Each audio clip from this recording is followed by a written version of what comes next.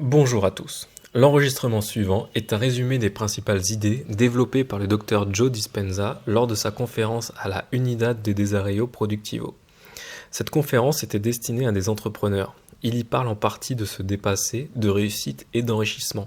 Mais mis à part ça, son discours et ses idées peuvent s'appliquer à monsieur et madame tout le monde. Combien de personnes écouteront cet enregistrement et seront d'accord pour dire que notre façon de penser affecte notre vie, que nos pensées sont intimement liées à notre futur et que d'une certaine façon, nos pensées créent notre réalité. Mais alors, combien d'entre elles ont aujourd'hui une vision claire de leur futur? Le problème, c'est que 90% de tes pensées actuelles sont les mêmes qu'hier. Les mêmes pensées mènent aux mêmes choix, les mêmes choix mènent aux mêmes comportements, les mêmes comportements mènent aux mêmes expériences, les mêmes expériences mènent aux mêmes émotions. Toute ta biologie, tes neurones, ta chimie sont la somme de comment tu penses, comment tu agis, comment tu te sens. La manière dont tu penses, dont tu agis et comment tu te sens crée ta personnalité. Et ta personnalité crée ta réalité. Alors si tu veux créer une nouvelle vie, donc une nouvelle personnalité, tu dois commencer à penser à ce que tu penses et à le changer. Tu dois commencer à prendre conscience de tes pensées et les observer. Tu dois porter attention à tes habitudes et tes comportements automatiques et les modifier. Chaque jour, observe tes pensées qui sont liées à ton passé et demande-toi si elles ont quelque chose à faire dans ton futur.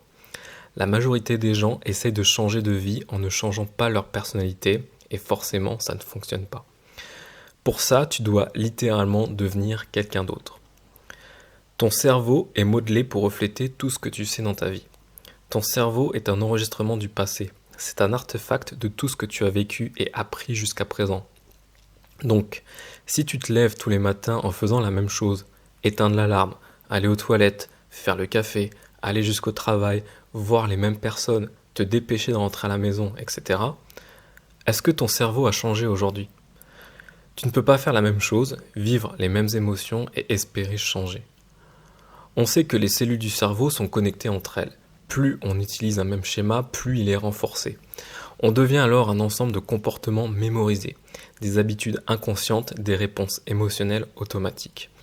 Et si tu répètes les choses encore et encore, cela conditionne l'ensemble de ton corps à le faire automatiquement mieux que ton esprit le ferait. Les habitudes, c'est quand ton corps sait mieux que ton esprit. Quand tu apprends quelque chose de nouveau, cela crée de nouvelles connexions. Mais si tu ne le répètes pas, tu les oublies. Il s'agit de maintenir ces connexions. Si tu n'arrives pas à avoir de vision plus grande que toi et que tu n'es pas passionné par cette vision, tu t'attacheras au passé et ta vie sera prédictible. Alors pour résumer, de nouvelles pensées et de nouvelles informations devraient mener à de nouveaux choix. De nouveaux choix vers de nouveaux comportements, de nouveaux comportements vers de nouvelles expériences, des nouvelles expériences vers de nouvelles émotions, et donc vers de nouvelles pensées. C'est ce qu'on appelle l'évolution. Vis ton futur maintenant. Les gens parlent du passé pour valider le fait qu'ils n'ont pas la vie qu'ils veulent. Je suis comme ça à cause d'un événement arrivé il y a 30 ou 50 ans. En termes biologiques, cela veut dire que tu n'as pas réussi à évoluer en 30 ou 50 ans. D'autant plus que d'après une étude américaine, 50% de ce qu'on raconte de notre passé est faux. D'une part parce qu'on passe notre temps à réécrire l'histoire et d'autre part parce que notre cerveau a changé.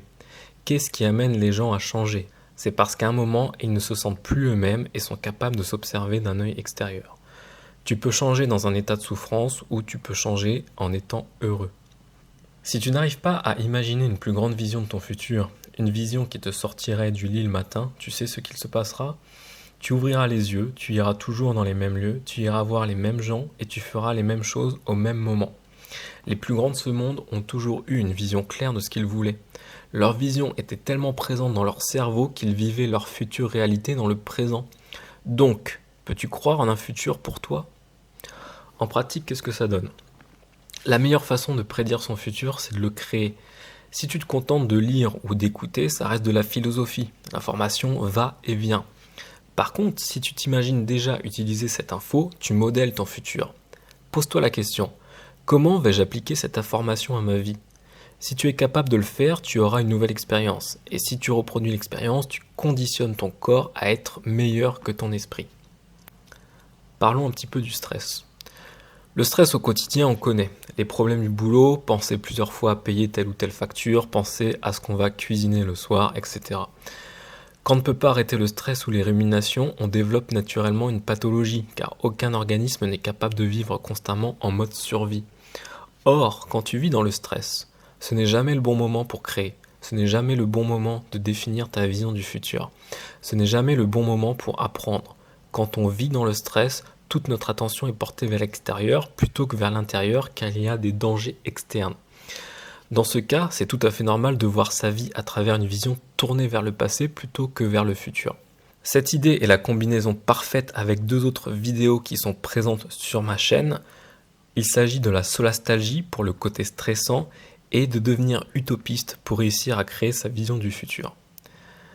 Malheureusement, il n'y a pas que le stress qui empêche d'avoir une vision du futur. Il y a aussi l'insécurité, la tristesse ou la dépression. Quand tu es frustré, impatient ou en colère, ton cerveau devient déséquilibré et perd en cohérence. Si ton cerveau est incohérent, tu deviens incohérent. Il en va de même pour le cœur. Par contre, quand tu ressens l'amour ou la gratitude, tout redevient cohérent. Les pensées peuvent nous faire du mal, mais elles peuvent aussi nous faire du bien. Les gens dans le monde sont tout juste en train de s'éveiller parce que nous sommes dans l'ère de l'information. Dans l'ère de l'information, l'ignorance est un choix. Apprends, étudie, applique et change. Relève les défis de ta vie avec une meilleure façon de penser. À chaque fois que tu apprends, tu prépares ton cerveau pour le futur. Aie l'envie et la volonté d'être original et de définir ta vision du futur. Quand tu feras l'effort de poursuivre ta voie tous les jours, tôt ou tard, cette vision du futur finira par te trouver. C'est comme ça qu'on passe d'égoïste à altruiste. Et c'est aussi comme ça que nous donnons aux gens la permission de nous suivre dans nos vies, car on arrête d'en parler, on agit. Comme à mon habitude, je te laisse découvrir les liens que j'ai mis pour toi dans la description et je te dis à bientôt.